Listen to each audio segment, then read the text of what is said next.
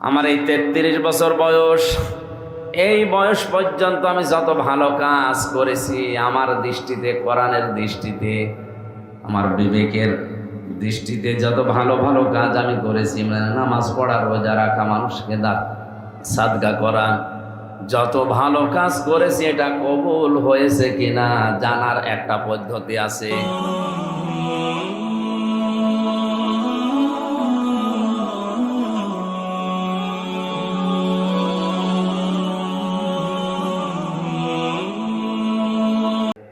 আল্লাহ রাব্বুল আলামিন 100 বার বলতে পারতেন তোমাদের বন্ধু আমি আল্লাহ, রাসূল, ঈমানদারেরা 100 বার রিপিট করলে কেমন হয়ে যায়। আল্লাহ রাব্বুল আলামিন ওইটা বোঝাতে একবারে শব্দের শুরুতে ইন্না লাগিয়ে দিয়েছেন। এখানে কাঁদাননি যে তোমার বন্ধু হে মুহাম্মদ, না, ওয়ালাইকুম, তোমাদের বন্ধু। এই তোমাদের বলতে এই পৃথিবীতে কারা 7.5 কোটি মানুষ এখন আমরা আছি, সবাইকে আল্লাহ উদ্দেশ্য করেনি। আল্লাহ রাব্বুল আলামিন শুধুমাত্র উদ্দেশ্য করেছেন, এর আগে যেহেতু অ্যাড্রেস করা আছে ঈমানদারদের, এর রুকু শুরু হয়েছে ঈমানদারদের নিয়ে, এই জন্য আল্লাহ ঈমানদারকে বলছেন তোমাদের বন্ধু আমি আল্লাহ। আমি আল্লাহ যদি কারো বন্ধু হয়ে যাই, আল্লাহু ওয়ালিয়ুল্লাযীনা আমানু ইখরিজুহুম মিনাজ যুলুমাতি ইলান নূর। আমি আল্লাহ যদি কারো বন্ধু হই, আমার প্রতি তার একটা দায়িত্ব আছে, তাকে অন্ধকারের পথগুলো থেকে আলোর দিকে আমি আল্লাহ বের করে নিয়ে আসি। রামবাসী কান খাড়া করে বিবেক দিয়ে ভাবেন, চিন্তা করেন। আল্লাহ পাক বলেন আমি আল্লাহ ঈমানদারদের বন্ধু, আর আমি যদি কারো বন্ধু হয়ে যাই আমার দায়িত্ব ঈমানদারের ওপরে অন্ধকারের পথ থেকে আলোর পথে বের করে নিয়ে আসা। এখানে ফাইল বা কর্তা যিনি কাজ করেন, কে করবেন? তিনি কে? আল্লাহ নিজে করবেন। যত তাফসীর আছে পৃথিবীতে সব মুফাসসির এই জুলুমাতের ব্যাপারে একমত। দুনিয়ায় যত নিয়ম নীতি করা আছে, যত ধর্ম আছে, ইসলাম বাদ দিয়ে আল্লাহর কাছে সব অন্ধকার। এই জন্য কোনো মানুষকে যদি আল্লাহ বন্ধু হিসাবে গ্রহণ করে, এর বাস্তবতা দেখলে বুঝবেন লোকটাকে মানুষের তৈরি করা নিয়ম কানুন, আইন নীতি নিয়ে যারা রাজনীতি করে, সমাজনীতি করে, পরিবার নীতি চালায়, ওগুলো থেকে যখন ও বের হয়ে আল্লাহর নিয়ম নীতির দিকে ফিরে আসতেছে, বুঝবেন লোকটাকে আল্লাহ ভালোবাসা আরম্ভ করেছে। সূরা আলে ইমরানের 185 নম্বর আয়াতের ব্যাখ্যা আল্লাহ দিয়েছেন, ফামান যুহজিহা আনিন নারি ওয়া উদখিলাল জান্নাতা ফাকাদ ফাজ ওমাল হায়াতুদ দুনিয়া ইল্লা মাতাউল গুরুর। কোন মানুষকে আমি আল্লাহ বাঁচিয়ে দিলাম, তার মানে কাউকে যদি জাহান্নামের কাজগুলো আস্তে আস্তে ছেড়ে দিয়ে জান্নাতের কাজে আস্তে আস্তে আগিয়ে দেয়, বুঝবেন আমি ওই লোকটার জীবন সফল করে দিয়েছি। আমার এই 33 বছর বয়স, এই বয়স পর্যন্ত আমি যত ভালো কাজ করেছি আমার দৃষ্টিতে, কোরআনের দৃষ্টিতে, আমার বিবেকের দৃষ্টিতে যত ভালো ভালো কাজ আমি করেছি, মানে নামাজ পড়া, রোজা রাখা, মানুষকে সাদকা করা, যত ভালো কাজ করেছি এটা কবুল হয়েছে কিনা জানার একটা পদ্ধতি আছে। কয়টা? এই কথা বুঝতেছে? আমার জীবনের এই ভালো কাজগুলো আসলে আল্লাহর দরবারে কবুল হয়েছে কিনা জানার পদ্ধতি বললাম কয়টা? হ্যাঁ, একটা। 4টা বলছে কি? এ পদ্ধতির ভেতরে আল্লাহ কোরআনে কারীম জানিয়েছে, তুমি যদি মানুষের সাথে হাসি মুখে কথা বলো, ভালো ব্যবহার করো, যদি তোমার এই আচরণটা শুরু হয় মানব সমাজে, বুঝবে তোমার জীবনের ইবাদত কবুল হয়ে গেছে। আর যদি কর্কশ ভাষী হয়, মানুষের সাথে কথা বললে গরম দিয়ে কথা বলে, ওর আচরণ ভালো নাই, রূঢ় রুষ্ক কর্কশ, বুঝতে হবে ওর জীবনের ওই ভালো কাজগুলো এখনো আল্লাহ পছন্দ করেনি। কথা যদিও আমি নরম ভাষায় বলেছি, এটা যে কত ওয়েটওয়ালা কথা, কত ওজনওয়ালা কথা, যাদের মাথায় মগজ আছে তারা টের পাচ্ছেন। আমার জীবনের ভালো কাজগুলো কবুল হয়েছে কিনা আল্লাহ নিজে জানিয়েছেন। যখন তোমার আচরণ মানুষের সাথে ভালো হবে, তুমি দেখবে যে ভালো হচ্ছে, বুঝবে আপনার জীবন আল্লাহর কাছে ভালো লেগেছে। মানুষের জীবনে সফলতা বেশি দিন বেঁচে আছে না, মানুষের জীবনের সফলতা বেশি দিন ক্ষমতায় আছে না। 4-5টা বিয়ে করেছে আমার কুষ্টিয়ার এক হারামজাদা, 7টা বিয়ে করে সংসার চালাচ্ছে। ওর যে মাজায় আল্লাহ কি জোর দিয়েছে আল্লাহ জানে, 7 বিয়ে করিস। আমাদের একটাই টেকে না, আরো কয় বিয়ে করিস? এটা জায়েজ না হারাম? একসাথে সর্বোচ্চ 4টা রাখা যায়, আর 7টা নিয়ে করছে। ও বলছে আমার মায়ের মান্যত ছিল, আমি 7টা বিয়ে করবো, আমি করেছি।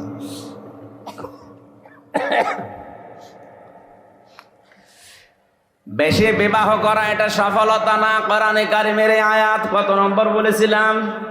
সূরা আলে ইমরানের 185 নম্বর আয়াতে আল্লাহ জানিয়েছেন, কুল্লু নাফসিন যায়িকাতুল মাউত ওয়া ইন্নামা তুওয়াফাউনা উজুরাকুম ইয়াওমাল কিয়ামাহ ফামান যুহজিহা আনিন নার ওয়া উদখিলাল জান্নাতা ফাকাদ ফাজ।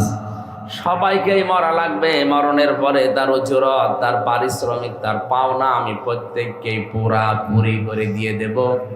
ওই লোকটার জীবন তো সফল, যাকে আল্লাহ জাহান্নামের কাছ থেকে আস্তে আস্তে সরিয়ে জান্নাতের দিকে এগিয়ে দিচ্ছে, এই লোকটার জীবন সফল। আল্লাহ ভালোবাসলে, বন্ধু হিসাবে গ্রহণ করলে প্রথম কাজ কি তার? দুনিয়ায় নিয়ম নীতি যে আছে মানুষের বানানো, এগুলো আল্লাহর ভাষায় যেহেতু অন্ধকার, এই অন্ধকার থেকে তাকে আস্তে আস্তে বের করে নিয়ে আলো মানে ইসলাম, আলো মানে আল্লাহর পাঠানো কোরআন, এই কোরআনের দিকে এগিয়ে যাকে দেয়, বুঝবেন আল্লাহ তাকে বন্ধু হিসাবে গ্রহণ করেছেন। আমি একটা হাদিস পড়েছিলাম, আল কাসিব হাবিবুল্লাহ, যারা কাজ করে খায় এরা আল্লাহর বন্ধু।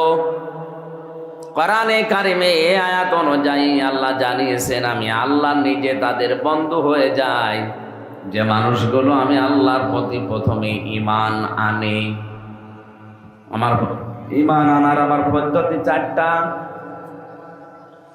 এখন এই আওয়াজ বন্ধ হইল না কি? এই লোকটা কি আনকালচার লোক নাকি বুঝি না।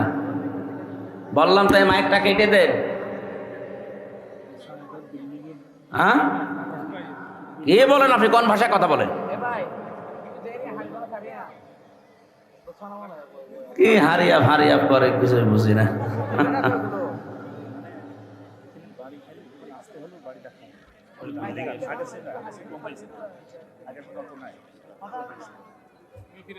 মায়ানমারের পাশে তো, মায়ানমারের পাশে না এগুলো, এদের ভাষা কথা বোঝায়, আর একজন দোভাষী লাগবে।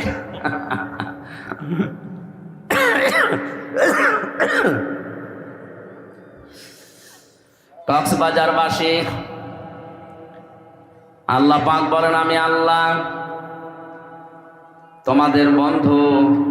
আল্লাহর সাথে বন্ধুত্ব করার প্রথম উপায়, আল্লাহ যে চিঠি পাঠিয়েছেন এই চিঠির সাথে 4টা আচরণ করা লাগবে দুনিয়ায়। আপনি এবার নিজের সাথে মিলাবেন আল্লাহ আপনাকে বন্ধু হিসাবে গ্রহণ করেছে কিনা। আমরা দেখি কারোর সাথে ফ্রেন্ড রিকোয়েস্ট পাঠালে আগে সে অ্যাকসেপ্ট করে কিনা, এরপরে আমরা মেসেজ লিখি, চিঠি পাঠাই, মাঝে মাঝে কল দিয়ে খোঁজ খবর নেই। আল্লাহ পাক বলেন, আমি বন্ধুত্ব করতে চাই, নিজের থেকে চিঠি পাঠিয়েছি তোমাদের কাছে। এই চিঠির সাথে 4টা আচরণ দুনিয়ায় তোমাদের করা লাগবে। 1 নম্বরে এটা শুদ্ধ করে পড়া লাগবে। কি করে? তাফসিরুল কোরআন মাহফিল লিখেছেন, আমি তাফসির যদি একটা শব্দের আরম্ভ করে, আপনি কোরআনই পড়তে পারেন না, আপনি ছাতা বুঝবেন কি? যেন আজকে থেকে এটা সিদ্ধান্ত নেওয়া লাগবে, মরণ যতদিন না আসে আমি লেগে থাকবো কোরআনে কারিম আমি শিখে মরব। দুনিয়ায় এমন কোন ধর্ম নেই যে ধর্মের ধর্মীয় গ্রন্থ পড়া বাধ্যতামূলক আমি পাইনি। শুধুমাত্র ইসলাম ধর্মে কেউ যদি গ্রহণ করে, প্রবেশ করে, তার ধর্মীয় গ্রন্থ পড়া ফরজ। কোরআন পড়া কি? বলেন বলেন। এখানে শরীফ চালালে দেখবেন 100 জনের প্রায় 95 জন পড়তে পারে না।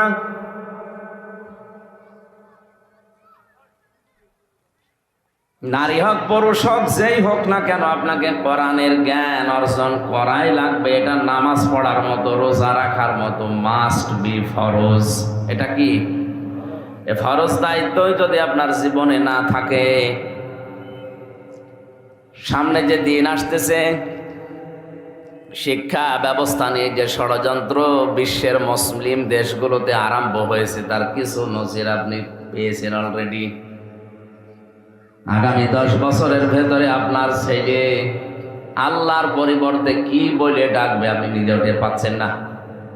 সুতরাং এখনো যদি পরবর্তী ভবিষ্যৎ প্রজন্মকে আপনি অন্তত রেখে যেতে চান জায়গা মতো, সর্বপ্রথম তাকে কোরআনের শিক্ষা দেওয়া বাধ্যতামূলক করেন।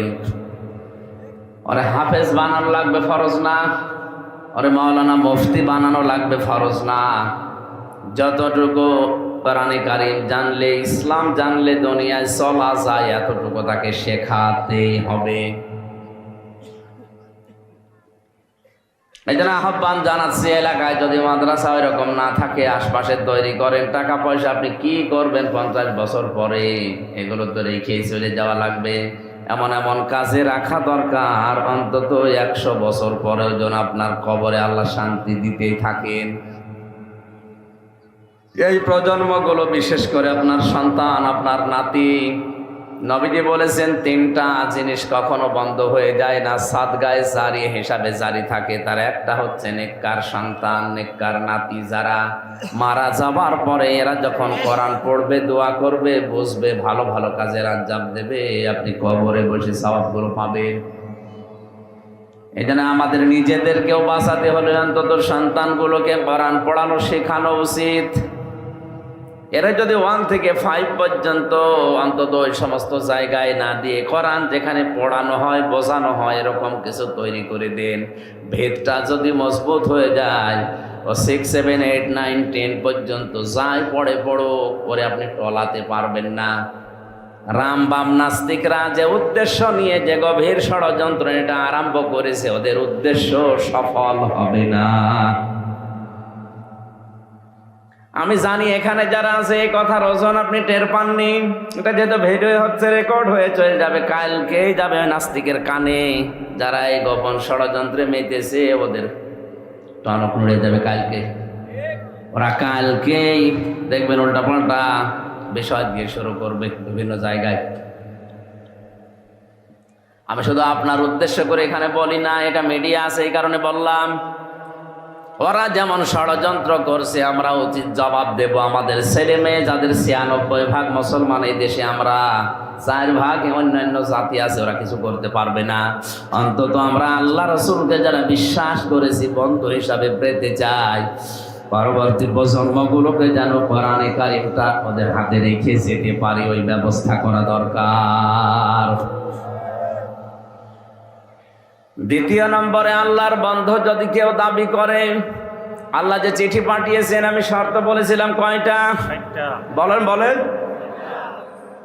আল্লাযীনা আতাইনাহুমুল কিতাবা ইয়াতলুনাহু হাক্কা তিলাওয়াতি উলাইকা ইউমিনুনা বিহি ওয়া মান ইয়াকফুর বিহি ফাউলাইকা হুমুল খাসিরুন। সূরা বানী ইসরাঈলের 121 নম্বর আয়াতে আছে, আমি আল্লাহ যাদের কিতাব দিয়েছি তারা এর হক আদায় করে তেলাওয়াত করে। কি করে? তেলাওয়াত মানে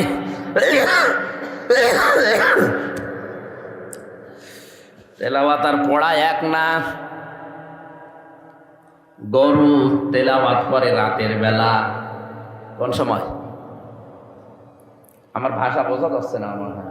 গরু তেলাওয়াত করে কোন সময়, কি কখন পড়ে ও তো দেখি না। এই যে গাছ আগর কাটে বলে না, সারাদিন বিভিন্ন লতা পাতা ঘাস এগুলো খাবার পর রাতের বেলা বসে বসে দাঁড়িয়ে দাঁড়িয়ে কি কাটে, জাগর কাটাকে আরবিতে তেলাওয়াত বলা হয়। আপনি দুনিয়াতে দিনের বেলায় রাতের বেলায় যাই করবেন না কেন ওইটাকে বারবার রিপিট করে বাস্তব প্রেক্ষাপটে ওটা মিলাতে চেষ্টা করে, বারবার ওটা রিপিট করে, ওই জাগর কাটার মতো শুরু করেন, ওইটা তেলাওয়াত হবে। আল্লাহ বলেন এই তেলাওয়াতকে যদি কেউ হক আদায় করে তারাই শুধু আমি আল্লাহর কোরআনে বিশ্বাস করে। তাহলে তেলাওয়াত যারা হক আদায় করে না, ওরা আর যাই করুক না কেন কোরআন বিশ্বাস বলে না কেন না। আল্লাযীনা আতাইনাহুমুল কিতাবা ইয়াতলুনাহু হাক্কা তিলাওয়াতি, আমি যাদেরকে কিতাব দিয়েছি তারা এই কিতাব হক আদায় করে তেলাওয়াত করে। উলাইকা ইউমিনুনা বি, এই মানুষগুলোই আমার এই কোরআনে বিশ্বাস করে। ৯৬% মুসলমান এই দেশে আমরা হাত তুলতে বললে সবাই বলি কোরআনে বিশ্বাস করি না। আপনি মুখে বললে হবে না, এটা বলা লাগবে কার? বলেন। আল্লাহ বলেন এরাই কোরআনে বিশ্বাস করে যারা হক আদায় করে তেলাওয়াত করে, জাগর কাটে। এই হক আদায় করার 4টা আমি পেয়েছি তাফসিরের ভেতরে অর্থ। 1 নম্বরে কেউ যদি হক আদায় করতে চায় কোরআনের, তাকে পড়তেই হবে, মাস্ট বি। অন্তত এখন থেকে মরণ পর্যন্ত প্রতিদিন মেয়েদের শুধু ওই 3 দিন 7 দিন 10 দিন যে ছুটি থাকে ওই ছুটি বাদ দিয়ে একটা দিনও যেন কোরআনের 3টা আয়াত 5টা আয়াত 10টা আয়াত পড়তে আমরা ভুলে না যাই। কি কথা বলে না? দুনিয়ার কোনো বই পড়লে, কোনো কিতাব পড়লেই সওয়াব হবে আমি পাইনি, কিন্তু কোরআনে কারিমের ব্যাপারে আছে কেউ যদি বুঝে পড়ুক না বুঝে পড়ুক তেলাওয়াত করলে প্রতি অক্ষরে 10টা করে নেকি হবে। আর এখন টাকার কদর আছে, এই জন্য টাকা আমাদের কাছে খুব দরকার। মরণের পরে এই টাকা না, মরণের পরে কদর থাকবে নেকির। কিসের কথা বলা লাগবে? ইয়াউমা ইয়াফিরুল মারউ মিন আখিহি ওয়া উম্মিহি ওয়া আবিহি ওয়া সাহিবাতিহি ওয়া বানিহি লিকুল্লি ইমরিইম মিনহুম ইয়াউমাইযিন শাআনুন ইউগনি। সূরা আবাসার ভেতরে আল্লাহ জানিয়েছেন কিয়ামত যেদিন কায়েম হবে মানুষ পালাতে থাকবে আপনজনদের কাছ থেকে। দুনিয়ায় বিপদে পড়লে মানুষের মনে হয় আপনজনের কথা, আর মরণের পরে মানুষ যখন কঠিন বিপদে পড়বে ফাকাইফা তাত্তাকুনা ইন কাফারতুম ইয়াউমা ইয়াজআলুল ওয়ালদানা শিবা। সূরা মুজাম্মিলের ভেতরে আছে আল্লাহ পাক বলেন কিয়ামতে এত জালজালা, এত কঠিন অবস্থা তৈরি করব, যুবক মানুষ বুড়ো হয়ে যাবে। কি হয়ে যাবে? এই কঠিন অবস্থায় মানুষ আগে পালাতে থাকবে তার আপনজন দেখলেই। কারণ দুনিয়ার এই বিচার ব্যবস্থা আর আল্লাহর বিচার পুরাটা আলাদা। দুনিয়ার আদালতে আগে মানুষ আপনজন খোঁজে, এই কথা বলা লাগবে। আর মরণের পরে আল্লাহর যে বিচার ব্যবস্থা, এখানে মানুষ আগে আপনজন না, আপনজন দেখলেই পালাবে। শুধু পালাবে না, ফাইদা নফিখা ফিস সূরি ফালা আনসাবা বাইনাহুম ইয়াউমাইযিন ওয়ালা ইয়াতাসাআলুন। যারা আরবি গ্রামার বোঝে, নসব আনসাব দিয়েছেন আল্লাহ। যত রকমের সম্পর্ক আছে দুনিয়াতে, শ্বশুরের দিক থেকে, বাবার দিক থেকে, মায়ের দিক থেকে, নিজের স্ত্রীর দিক থেকে যত রকমের সম্পর্ক আছে, সব সম্পর্ক সিংহায় ফুৎকার দেওয়ার পরে কাট হয়ে যাবে। মানুষ আগে মনে করবো ওই যে আমার চাচা আসতেছে, আগে পালাবে। ওই যে আমার বাবা আসতেছে, আগে পালাবে। তাফসিরে খাসের মুফাসসির লিখেছেন এমনও হবে অবস্থা, মানুষ নিজের মায়ের পা ধরে 500 বছর পড়ে থাকবে। কত বছর? 500 বছর পরে ওর মুখের ওপরে লাথি দিয়ে বলবে, দুনিয়া আমার বিয়েই হয়নি, তোরে পাবো কোথায়? এখানে এফেররো শব্দের ব্যাখ্যা আছে, মাজা তুলে দৌড় দেওয়ার নাম এফেররো। এই যে বাঘ দেখলে, সাপ দেখলে মানুষ যেভাবে দৌড়ায়, এফেররো শব্দের শাব্দিক অর্থ এইটা। কিয়ামতের ময়দানে মানুষ ঠিক আপনজন দেখলে এইভাবে দৌড়াবে। শুধু দৌড়াবে তা না, এখানে মায়ের কথা, বাবার কথা, স্ত্রীর কথা, সন্তানের কথা, বন্ধুর কথা, নেতার কথা, এরপরে দুনিয়ার মানুষের কথা। 7 প্রকার মানুষের নাম আছে আয়াতগুলোতে। বাংলার মুসলমানেরা যদি বিবেক থাকে, আপনি দেখেন এই 7 প্রকার মানুষের কাছে আমরা আগে যাই, অথচ এরাই আগে পালাবে। সবচাইতে আপন যাদেরকে আমরা মনে করি, বিশেষ করে মা। কে? আরো বলে, এ মা বলবে তুই চলে যা, একটা নেকি হাফ নেকি দেওয়ার আমার সম্ভব না, আমারই কি হবে আমি এখনো জানি না। এই জন্য নেকি কি দরকার এটা এখন টের পাওয়া যাচ্ছে না, চোখ বন্ধ হলে টের পাওয়া যাবে। সময় যেহেতু আছে, চোখ বন্ধ করার আগে কোরআনে কারিম পড়ে আপনি নেকিটা কামাই করে নিন। মান কারাল কোরআন হারফান ফালাহু 10 হাসানাত। কোন মানুষ যদি কোরআনের একটা অক্ষর পড়ে, কমপক্ষে আল্লাহ খুশি হয়ে 10টা নেকি লিখে দেয়। অন্যান্য হাদিসে আছে, আল্লাহ যদি ওকে বেশি লিখে দিতে চাই, কত দেবেন বিগয়রি হিসাব, এটা আল্লাহ ছাড়া কেউ জানে না। দুনিয়ায় রামায়ণ পড়লে, কোন হাদিসের বই পড়লে, সাধারণ জেনারেল কোন বই পড়লে এই সওয়াব হবে 10টা করে। আমি অন্তত পাইনি, আর এটা নেইও। এই একটাই মাত্র কিতাব আল্লাহ কোরআনে কারিম দুনিয়ায় দিয়েছেন, পড়লেই সওয়াব হয়। বুঝে পড়েন আর না বুঝে পড়েন। ইমাম মালিক রহমতুল্লাহ আলাইহি আল্লাহকে 100 বার স্বপ্ন দেখেছিলেন। কতবার? 100 বার উনি রিপিট করেছেন, আল্লাহ তোমার কাছে সব চাইতে বেশি ভালো কাজ কোনটা? আল্লাহ 100 বারই জবাব দিয়েছে, ইমাম মালিক রে, আমার কাছে সব চাইতে বেশি ভালো লাগে মানুষ যখন কোরআন পড়ে। দুনিয়ায় এমন কোন দিকে আমি এত বেশি নজর দিয়ে থাকি না, যত বেশি নজর দিয়ে থাকি মানুষ যখন কোরআন পড়ে ওই অবস্থায়। এই জন্য হক আদায় করে যদি আমরা পড়তে চাই, 1 নম্বরে শুদ্ধ তেলাওয়াত করা লাগবে। 2 নম্বরে শুধু পড়লে হবে না, এটা বুঝতে হবে। কি করা লাগবে? বোঝার মতো মানুষের সংখ্যা এখন নেই। 100 জনের 95 জন তো পড়তে পারে না, আর বাকি আছে 5 জনে, 5 জনের 4 জন আছে পড়ে বোঝে না। 1% বোঝে পড়ে, তাও সঠিকভাবে গবেষণার নিয়তে পড়ে না। অথচ কোরআন শুধু পড়ার জন্য আল্লাহ বলেননি, আফালা ইয়াতাদাব্বারুনাল কুরআনা আম আলা কুলুবিন আকফালুহা। সূরা মুহাম্মাদের 47 নম্বর আয়াতে আল্লাহ বলে জানিয়েছেন, কি হয়েছে তোমাদের, কোরআন নিয়ে কেন চিন্তা ভাবনা করো না? কোরআনের কাছে কেন এসে গবেষণার দৃষ্টিতে বসো না? তোমাদের অন্তরে কি তালাবদ্ধ করা? ও বাংলার মুসলমানেরা, ওদের তো আহ্বান জানাচ্ছি, মাহফিলটা প্রতিদিন হবে না। আজকে যেহেতু 1 বছর পরে হচ্ছে, হাতে পায়ে ধরে হলেও বলছে, আপনি যে অবস্থায় পারেন না কেন, কোরআন পড়া শেখেন, কোরআন বোঝা শেখেন। আজকে থেকে সিদ্ধান্ত নিয়ে বাড়ি যাওয়া লাগবে। মরণের আগে হলেও একবার পড়া কোরআন আমার মাতৃভাষায় আমি অর্থটা শেষ করব। জেলখানায় থাকা অবস্থায় অনেকগুলো মানুষকে পরামর্শ দিয়ে পড়িয়েও ফেলেছিলাম। তারপরেও যেহেতু আমরা একটা রেস্ট্রিকশনে ছিলাম, আটকা জায়গায় থাকতাম, কিছু কিছু মানুষ রিস্ক নিয়ে আসতো। যতটুকু তাদের পেরেছি বলেছি এটা শেষ করেন। পড়া কোরআনটা মাতৃভাষায় একবার অর্থ পড়েন, ব্যাখ্যা যদি নাও সময় পান, প্রতিদিন 3-4 আয়াতের অর্থ পড়লে দেখা যাচ্ছে বছরে আপনার শেষ হয়ে যাবে। তাহলে এই দেশে আপনাকে কে আবার ধোঁকা দিয়ে বোকা বানিয়ে শিরিক বেদাত করাতে পারবে না।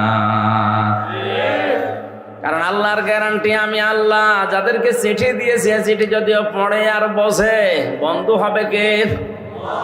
শর্ত 2টা বললাম, এখনো আছে কয়টা? 2টা। শুদ্ধ করে পড়া, বুঝতে হবে এটা। এখন যদি বলেন এত কঠিন বিষয়, লক্ষ লক্ষ শব্দ আমি মুখস্থ করবো এই বুড়ো বয়সে, না, খুব বেশি হলো 250 শব্দের অর্থ যদি আপনার আয়ত্তে থাকে, পড়া কোরআন শরীফ আপনি দেখলে বুঝবেন যে আল্লাহর বক্তব্য এইটা। প্রতিদিন 3-4টা শব্দ করে মুখস্থ করেন। ইন্না মানে কি, আন্না মানে কি, কান্না মানে কি, এরকম শব্দগুলো খুব বেশি না, 250-র মতো আছে। একটু নিয়ত করে শুরু করেন। এখন যদি মনে করেন সময় নেই, প্রতিদিনে 24 ঘন্টার 5 মিনিট সময় বের করেন, 5টা শব্দ মুখস্থ করব। আপনি তাহলে তালবে এলেম হয়ে যাবেন। এখন তো 60 বছর বয়স, আমার তালবে এলেম। হ্যাঁ, আপনি তালবে এলেম, এলেম তলবকারী। এই অবস্থায় যদি মরণের আগে আপনি শিখতে শিখতেই মারা যান, শেখা যদি নাও হয়, তারপরও আপনি কিয়ামতের দিন তালবে এলেম হয়ে উঠবেন, যাদের কোনো বিচারও হবে না, হিসাবও হবে না।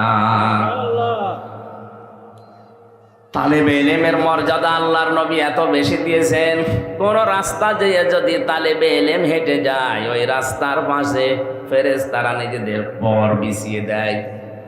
এখন এই 60 বছরের লোক যদি বলে আমি বুড়ো মানুষ, আমার পায়ের নিচে বিছিয়ে দেবে, হ্যাঁ আপনি বুড়ো, তাই কি আপনি তালবে এলেম? তালবে এলেম না? নবীজি কিন্তু 5 বছর, 7 বছর, 10 বছরের ছেলে মেয়েরাই শুধু তালেবে এলেম তা বলেন নাই। তালাবুল ইলমি ফারিদাতুন আলা কুল্লি মুসলিমিন ওয়া মুসলিমাতিন। ছেলে হোক মেয়ে হোক, দ্বীনের ইলম তলব করা এটা নফল কাজ না, এটা ফরজ। এটা কি একেবারে সহজ জিনিস, খুব বেশি কঠিন হলে আল্লাহ বারবার এই কথা কোরআনে বলতেন না। ওয়ালাকাদ ইয়াসসারনাল কুরআনা লিযিকরি ফাহাল মিন মুদ্দাকির। এই কোরআন আমি সহজ করে দিয়েছি, এখান থেকে উপদেশ নেওয়ার মতো কেউ আছো কি? তাহলে যারা এই কক্সবাজার জেলাতে আসবে, আপনাকে অন্তত ধোঁকা দিয়ে একটা জিনিস বুঝিয়ে দিয়ে চলে যেতে পারবে না। আজকে থেকে আগামী বছরের এই দিন পর্যন্ত পড়া কোরআনটা মাতৃভাষায় 2-4 আয়াত করে পড়ে পড়ে, বাংলা পড়ে পড়ে আপনি শেষ করে ফেলবেন। আমি কয়েকবার মাত্র শেষ করেছি বাংলাটা, এখন আমার কাছে পুরা কোরআন শরীফের সব আয়াতই এক মনে হয়। তা আপনি যদি একবারও পড়েন, অন্তত এক মনে না হলেও বেশি তফাৎ হবে না। বন্ধ হওয়ার 2 নম্বরের শর্ত তাহলে বুঝতে হবে আপনাকে। 3 নম্বরের শর্ত দিয়েছে, এটা শুধু বুঝলে হবে না, যতটুকু বুঝবেন অতটুকু আপনার ওই জীবনে আমল করা, কাজ করে দেখাতে হবে। শুধু কাজ করে দেখালেই হবে না, 4 নম্বরে যেটা জানলেন ওটা পৌঁছিয়ে দেওয়ার দায়িত্ব নেওয়া লাগবে। শর্ত কয়টা? খুব ভালো করে খেয়াল করে। 1 নম্বরে পড়তে হবে, তাও যেমন তেমন পড়া না, কি করে? শুদ্ধ করে। বলেন, আরবি শুদ্ধ করে পড়ার খুব বেশি হলো 12 থেকে 13টা নিয়ম আছে। আর বাকি যেগুলো কারিয়ানা পড়তে হয় প্রায় 120-22টার উপরে, পড়াটা আপনার দরকার নেই, ওগুলো ওদের দরকার। আপনি যদি একেবারেই না পারেন, অন্তত 12-13টা কায়দা, কখনো গণনা হবে, কখনো অক্ষর ছেড়ে যাবে, কখনো 1 আলিফ টান হবে, 3 আলিফ 4 আলিফ, সব মিলে 12টা। এই 12টা কায়দা না 1 মাস লাগবে যদি আয়ত্ত করতে পারেন। আর যদি মিলিয়ে মিলিয়ে ওখানে সেট করেন, আপনার কোরআন শরীফ শুদ্ধ হয়ে যাবে। 2 নম্বর, আপনাকে এবার বোঝার চেষ্টা চালাতে হবে। 3 নম্বরে বুঝবেন শুধু না, যে আয়াত পড়লেন ওই আয়াতটা জীবনে আমার মেলে কিনা দেখতে হবে। আমি কোরআনে পড়েছি যে সুদ খাওয়া যাবে না, ঘুষ খাওয়া যাবে না, যৌতুক নেওয়া যাবে না, এইটা আমার জীবনে, জীবন চলে গেলেও আমি মিলাবো। শুধু মিলাবো এতটুকু না, আরো মানুষ যেন মানতে পারে সেই ব্যবস্থা আমি করে দেব। 1 নম্বরে পড়া, 2 নম্বরে বোঝা, 3 নম্বরে আমল করা পর্যন্ত অসুবিধা নেই। কিন্তু আমরা যখনই বলি আমি যা পড়ি, আমি যা বুঝি, আমি যা মানি, এটা আমি পৃথিবীর মানুষকেও মানাবো, তখনই আমাদের বিরুদ্ধে ষড়যন্ত্র শুরু হয়। আমি যতদিন কোরআন পড়েছিলাম,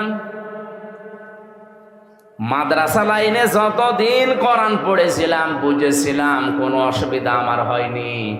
বিশ্ববিদ্যালয়ে যাবার পরে যখন কোরআন আমি প্রচার আরম্ভ করেছি, যে আমি যতটুকু জানি আমি এইটাও প্রচার করব, কারণ এটা আমার নির্দেশ। বাল্লিগু আন্নি ওয়ালাউ আয়া, বাল্লিগ না, বাল্লিগ ও বহু বছর। আল্লাহর নবী বলেন তোমরা সবাই মিলে প্রচার করো। আমি আল্লাহর নবীর পক্ষ থেকে যদি একটা আয়াতও তোমার জানা থাকে ওইটাও প্রচার করে দাও। এটা ফরজ না নফল? এই দায়িত্ব পালন করতে গিয়ে যখন ফরজ মনে করে যতটুকু জানি প্রচার করি, মানুষদেরকে অন্ধকার থেকে আলোর দিকে নিয়ে আসার জন্য চেষ্টা চালাই, শয়তান তো বসে নেই, ওর দোসররাও বসে নেই, ওরা তখন ষড়যন্ত্র আরম্ভ করে। এটা এখন করছে শুধু তা না, আগেও করেছে। বিশ্বনবী যতদিন কোরআনে কারিম পেয়েছিলেন, পড়েছিলেন, বুঝেছিলেন, আমল করেছিলেন, অসুবিধা নেই। যখন বলেছিলেন না আমি এটা মানুষকে মানাবো, আমি এটা মানুষকে মানিয়ে পরিবার পরিবেশ ঠিক করে দেব, তখনই তার ঝামেলা আরম্ভ হয়েছে না হয়নি? আল্লাহর পক্ষ থেকে আমরা 4টা শর্ত পেয়েছি। কেউ যদি কোরআন বিশ্বাস করিয়ে কথা বলে, শুধু মুখ দিয়ে বলাই না, বাস্তবে ট্রেনিং, বাস্তবে প্রতিফলন করার পদ্ধতি 4টা। যারা করে এই বাংলাদেশে শুধু তারাই কোরআন বিশ্বাস করে। এবারে সহজ কথা যদি কেউ না বোঝার ভান করে থাকেন, হাত তোলেন দেখি, তোলেন, যে আমি এখনো কোরআন হক আদায় করে পড়ার কি নিয়ম আমি জানি না। এই 4টা নিয়ম আমি যে একেবারে খোলাখুলি বললাম সহজ ভাষায়, বুঝেছেন? বাংলাদেশে কোরআন সবাই বিশ্বাস করে। হ্যাঁ, এই 4টা শর্ত আপনি মানবেন, তারপর শুদ্ধ করে পড়বেন, বুঝবেন, নিজে ওর উপরে আমল করবেন, কাজ করে দেখাবেন। 4 নম্বর এটা প্রচার করবেন মানুষের কাছে, মানুষ যেন মানে সেই ব্যবস্থা করার চেষ্টা করবেন। এই 4টা যারা করে উলাইকা ইউমিনুনা বি, এরাই কোরআন বিশ্বাস করে। ওমা ইয়াকফুর বিহি, যারা এগুলো করে না, ফাউলাইকা হুমুল খাসিরুন, ওরা কোরআন বিশ্বাসও করে না, ওরা ক্ষতিগ্রস্ত। জোরে বলেন আউযুবিল্লাহ। এর কাজে সহজ ভাষা, সহজ পদ্ধতি আমার আর জানা নেই। এরপরও যদি কেউ না আগান, এদিকে আর কি বলবো, আমার কিছু বলার আছে? আর আমি তার দারোগা পুলিশ হয়ে আসিনি যে পিটিয়ে মানুষ হেদায়েত করে দিব। কলিল হাক্কু মির রাব্বিকুম ফামান শাআ ফালিউমিন ওয়া মান শাআ ফালিয়াকফুর। হে নবী, আপনি হক কথাগুলো সঠিকভাবে তুলে ধরেন। যার ইচ্ছা হয় সে কবুল করবে, যার ইচ্ছা হয় সে কুফরি করবে। আমার দায়িত্ব ছিল পৌঁছিয়ে দেওয়া, আমি পৌঁছিয়ে দেওয়ার দায়িত্ব পালন করলাম, এখন বাকিটা আপনার। দ্বিতীয় নম্বর, কেউ যদি রাসূলকে বন্ধু হিসাবে গ্রহণ করতে চায়, 4 দফা কর্মসূচি তার হাতে নেওয়া লাগবে। কয়টা? বলেন বলেন। কোরআনে আল্লাহ একটা 4 জায়গায় দিয়েছেন। সূরা বাকারার 129 নম্বর আয়াত, সূরা বাকারার 151 নম্বর আয়াত, সূরা আলে ইমরানের 164 নম্বর আয়াত, সূরা জুমার 2 নম্বর আয়াতে 4টা আয়াতের কথা একই। কেউ যদি রাসূলকে বন্ধু হিসাবে পেতে চায়, তার 4টা দফা কর্মসূচি নেওয়া লাগবে। ওয়াল্লাযী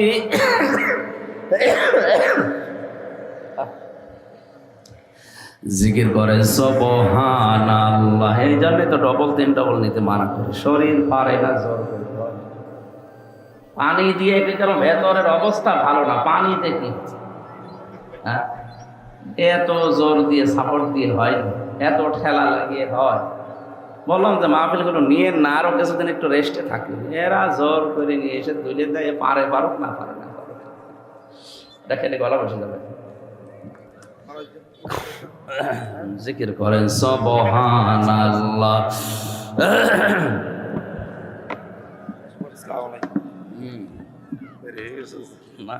আপনারা ব্যস্ত মানুষ তো, আলহামদুলিল্লাহ বলেন সুবহানাল্লাহ। এটা কি কবরস্থান নাকি? আল্লাহর নাম ধরে বলেন সুবহানাল্লাহ, আলহামদুলিল্লাহ।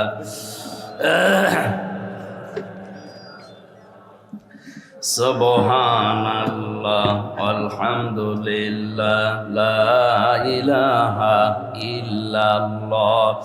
সুবহানাল্লাহ, আলহামদুলিল্লাহ, লা ইলাহা ইল্লাল্লাহ, লা ইলাহা ইল্লাল্লাহু মুহাম্মাদুর রাসূলুল্লাহ। কালেমাটা অন্তত যখন পড়বেন, পড়াটা পড়ে একবার দরুদ শরীফ পড়ে, জীবনে কিচ্ছু যদি দুনিয়ায় মানুষ না করে, এই কালেমা যদি একবার মন থেকে বিশ্বাসের সাথে বলে, ও একদিন না একদিন জান্নাতে যাবেই। মানে অন্তত আমাদের এই পুঁজিটা তো আছে। হ্যাঁ, আমল হয়তো কম বেশি আমাদের আছে অনেকে। এই কালেমাটা পড়ার সময় মহব্বত নিয়ে বিশ্বাসের সাথে একবার বলবেন, লা ইলাহা ইল্লাল্লাহ। আল্লাহ ছাড়া ইবাদত পাওয়ার মতো যোগ্যতা দুনিয়ায় কারো নেই। হিন্দুরা 12 মাসে 13 পূজা করে, 33 কোটি ওদের দেবতা, আর আমাদের কয়জন? বলেন বলেন। আপনার নামাজ, রোজা, নফল, দান, সাদকা, ভালো ব্যবহার এটা কম থাকতে পারে, কিন্তু এই বিশ্বাসটা নিয়ে যদি কেউ একবার উচ্চারণ করে মরে যেতে পারে, আর এটা যদি শেষ কথা হয় তো শোনায় সোহাগা।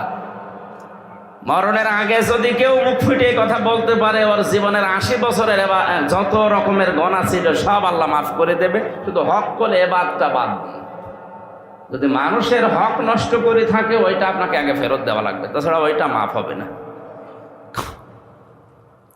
এই জন্য আমরা কালেমা পড়ার সময় অন্তত বিশ্বাস নিয়ে এই নিয়তে পড়বো যে আল্লাহ ইবাদত পাওয়ার যোগ্যতা তোমার ছাড়া আর কারণে দুনিয়ায়, সারা দুনিয়া যদি একদিকে যায়, আমি আসি একদিকে, যে আমি ইবাদত পাওয়ার যোগ্যতা শুধু তোমারে দিয়েছি।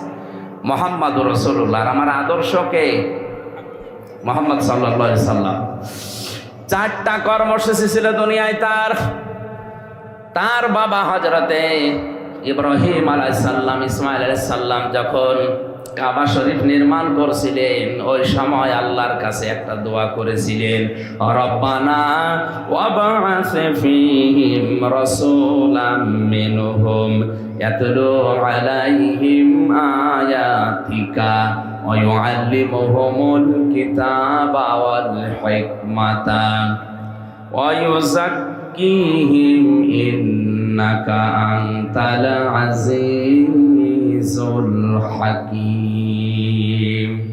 হযরত ইব্রাহিম কাবা শরীফের একটা একটা করে পাথর লাগাচ্ছিলেন, ইসমাইল পাথরগুলো তুলে দিচ্ছিলেন। এমন সময় তিনি দোয়া করলেন ওই মাকামে ইব্রাহিমের উপরে দাঁড়িয়ে, যে ইব্রাহিম আলাইহিস সালাম যে পাথরটায় উঠছিলেন, পাথরটা লিফটের মতো, উঠলেই পাথর উপরে চলে যায়, উনি পাথরটা লাগিয়ে আবার যখন নিচে নামার মনে করেন পাথরে দাঁড়ান, পাথর এমনিতেই নিচে নেমে যায়। লিফটে হয়তো মেশিন লাগানো ছিল, আর ওখানে ছিল আল্লাহর একটা কুদরতি মেশিন। জোরে বলেন আল্লাহু আকবার। এই যে উঠতেছিলেন, পাথর লাগাচ্ছিলেন, নামছিলেন, এই অবস্থায় একটা দোয়া করেছিলেন, সে দোয়াটা আল্লাহ কোরআনে তুলে দিয়েছেন। তিনি বললেন, রব্বানা, হে আমাদের মালিক, হে আমাদের রব, ওয়াবাস, তুমি পাঠাও, ফীহিম রাসূলাম মিনহুম ইয়াতলু আলাইহিম আয়াতিকা, তুমি আমার এই বংশে আমাদের ভেতরে এমন একজন রাসূল প্রেরণ করো যে তোমার আয়াত তেলাওয়াত করে মানুষকে শোনাবে। রাসূলকে বন্ধু হিসাবে পাওয়ার জন্য আল্লাহ যে 4 দফা কর্মসূচি দিয়েছেন, 1 নম্বরে আমি যদি রাসূলকে বন্ধু হিসাবে পেতে চাই, কোরআনে কারীম তেলাওয়াত করে মানুষকে শোনানো লাগবে। এটা আমার দায়িত্ব। এটা কি? এই দায়িত্ব হয়তো কুষ্টিয়া থেকে পর্যন্ত এসে আমার পালন করা সম্ভব না, কারণ এখানে আমি চিনি না, জানি না। যারা এই ব্যবস্থাটা করে দিল কোরআন বোঝানোর, কোরআন প্রচার করার, আল্লাহ তাদেরকে এই আয়াতে শামিল করুন। জোরে বলেন আমিন। রাসূলকে বন্ধু হিসাবে পাওয়ার 2 নম্বর পদ্ধতি হচ্ছে আল্লিমুহুমুল কিতাব, কিতাবের শিক্ষা ব্যবস্থা জারি করা। আমাদের সিলেবাসে কোরআনে কারীম 100 মার্ক থাকবে। এটা যদি মুসলিম দেশে থাকতো, ও যদি ম্যাজিস্ট্রেট হয়, ডিসি হয়, টিওনো হয়, বড় বড় জায়গায় যায়, পিটিয়েও তাকে ঘোষ খাওয়ানো যাবে না। ঝিনাইদার এক টিওনোর বাড়িতে একবার উপস্থিত হয়ে দেখি ওনার আমার চা দিল, সে 20 সালে চা দিয়েছে, কিন্তু নিচে কোনো পিরিচ নেই। আমি হেসে ফেলেছি। আমার হাসি দেখে এই জ্ঞানী মানুষটা বুঝে ফেলেছে, বলছো হুজুর আপনি কেন হাসেন? আমি বুঝেছি, চা দিয়েছি শুধু কাপে, কাপের নিচে পিরিচ নেই। সকালবেলা আমার ওই ছোট বাচ্চাটা পিরিচটা ভেঙে ফেলেছে, পিরিচ যে কিনবো সে টাকা আমার হাতে এখন আর নেই। অথচ আজ গতকালকে আমি একটা সই করলে 10 লাখ টাকা পেয়ে যেতাম।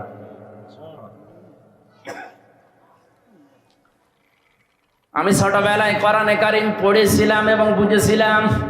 এতটুকু আমি জানতাম যে ঘুষ খাওয়া জায়েজ নেই। আমার এই ছোট্ট জীবনে আমি অন্তত এই পথে পা বাড়াইনি। আল্লাহ এই কারণেই মনে হয় আমার পরিবারটা এখনো শান্ত রেখেছেন। পরিবার আসলে শান্ত। যারা অবৈধভাবে ইনকাম বন্ধ করে দেয়, আল্লাহর দিকে তাকিয়ে কষ্ট তাদের হবে, কিন্তু অজানা একটা শান্তি আল্লাহ তাদের মনের ভেতরে পরিবারে তৈরি করে দেবে। কারণ আমরা জানি শান্তি এটা আল্লাহর নাম। সালাম কার নাম? আপনি টাকার উপরে শুয়ে থাকলেও শান্তি পাবেন না, অথচ দেখা যাচ্ছে অনেক মানুষ গাছতলায় বসে শুয়ে এমন ঘুমাচ্ছে, সিটাক্সিন খেয়ে কষিয়াম খেয়ে ওই ঘুম আসে না। শান্তি দেওয়ার একচ্ছত্র মালিকানা আল্লাহর। তার বিধানের বাইরে গেলে আল্লাহ শান্তি নষ্ট করে দেয়। চর্মচোখে হয়তো দেখা যায় খুব আরামে আছে, লোকটা 5 গাড়ি নিয়ে আসতেছে, কিন্তু ওর ভেতরও বিষ। আপনার চাইতে আমি কম দামি গাড়িতে উঠি নাই। আকিস গ্রুপ আমার যে গাড়ি দিয়েছিল, কত দামি গাড়ি আপনারা দেখেছেন। বাস্তবতা কোরআনে কারিমের বাইরে আপনি, আমি এবং আপনাদেরকে আহ্বান জানাচ্ছি, যাওয়া যাবে না। যত কঠিন পরিস্থিতি আসুক না কেন, শয়তান যত ধোকায় ফেলুক না কেন, না। কারণ এখনই চোখ বন্ধ করে দিলে অবৈধগুলো আমার কবরের শাস্তির কারণ হয়ে দাঁড়াবে। এই জন্য প্রথমে তো ওই গজলটা 2 লাইন বললাম, কবরে কি করে রবে একা একা, অন্ধকারে বাতি নাই, বদ্ধ ঘরে সাথী নাই, তোমার প্রিয়াও দেবে না তোমার দেখা, কবরে কি করে রবে একা একা। এক মুহূর্ত যে সন্তানে না দেখলে ঝড় ওঠে প্রাণে, তাদের ছেড়ে গোরস্থানে থাকবে যে একা। তারা বছরে 2-1 বার পাশে যাবে জিয়ারতের আসে, 1000 বছর কোটি বছর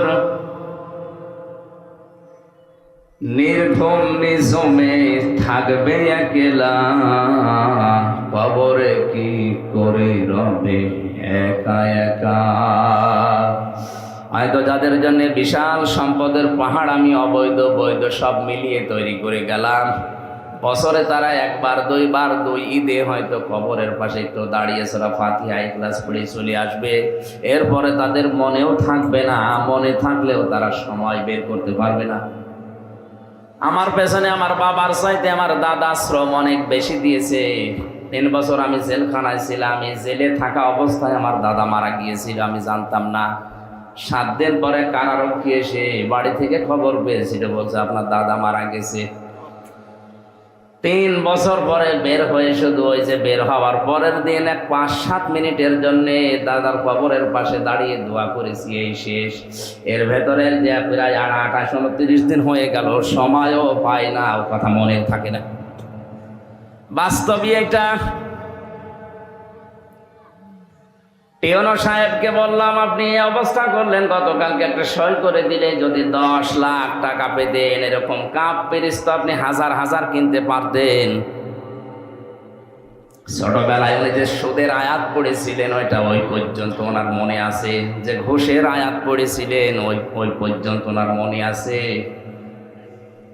এটা কিতাবের শিক্ষা ব্যবস্থা যদি জারি করা যায়, যদি চালু করা যায়, প্রাথমিক অবস্থায় এটা যদি ঢোকানো যায়, ও বড় হয়ে যত বড় জায়গায় যাক না কেন, আল্লাহর কসম ও ঘুষ খাবে না। আর এই সমস্ত মানুষ যদি ঘুষ থেকে ফিরে আসতে পারে, যদি ফিরে থাকে, 1734 জন মানুষ আছে এই দেশের দায়িত্বে, মাত্র কয়জন? 1734 জন। এই মানুষগুলো যদি হযরতে ওমরের মতো সিদ্ধান্ত নিয়ে ঘুষ নামক এই বিষ থেকে ফিরে থাকতে পারে, বাংলাদেশ আল্লাহ জান্নাত হয়ে যাবে।